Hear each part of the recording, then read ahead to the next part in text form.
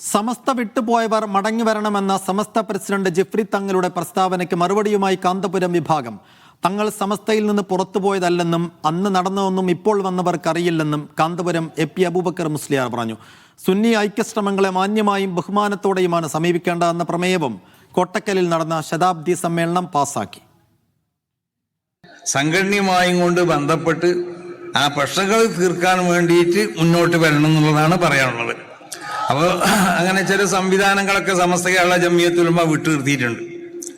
അത് വിട്ടുനിർത്തിയത് അത് പ്രശ്നം പരിഹരിച്ചുകൊണ്ട് സമസ്ത കേരള ജംഇയ്യത്തുൽ ഉലമയിലേക്ക് അവർ തിരിച്ചു വരണം എന്നാണ് അവരോടും പറയാനുള്ളത്. വ്യക്തികളാണെങ്കിലും അങ്ങനെ തന്നെ.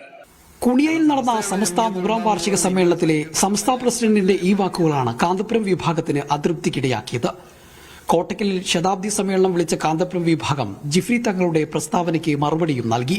ഞങ്ങൾ സമസ്തയിൽ നിന്ന് പുറത്തു പോയിട്ടില്ല. സമസ്ത കേരള ജംഇയ്യത്തുൽ ഉലമയിൽ നിന്ന് അല്ല ഞങ്ങൾ ഇറങ്ങിപ്പോയത്. മറിച്ച് അവിടെ അന്ന് ചർച്ച ചെയ്ത വിഷയത്തോട് തീരുമാനത്തോട് യോജിപ്പില്ലാത്തത് കൊണ്ട് മാത്രമാണ്. ഐക്യശ്രമങ്ങൾ മാന്യമായും ബഹുമാനത്തോടെയും ആയിരിക്കണമെന്ന് കാന്തപുരം വിഭാഗം പ്രമേയത്തിലൂടെ വ്യക്തമാക്കി. വാക്കുകൾ കൊണ്ടും പ്രവർത്തികൾ കൊണ്ടും ഇതിന് വിഘാതമുണ്ടാക്കുന്ന ഇടപെടൽ ആരുടെ ഭാഗത്തു നിന്നും ഉണ്ടാകരുതെന്നും സംഘടന കൂട്ടിച്ചേർത്തു. നല്ല രീതിയിൽ പുരോഗമിച്ചിരുന്ന സുന്നി ഐക്യശ്രമങ്ങളിൽ കരിനിഴലിൽ വീഴ്ത്തുന്നതായി ഇരുവിഭാഗം നേതാക്കളുടെ പ്രസ്താവനകൾ. മീഡിയ 1 മലപ്പുറം.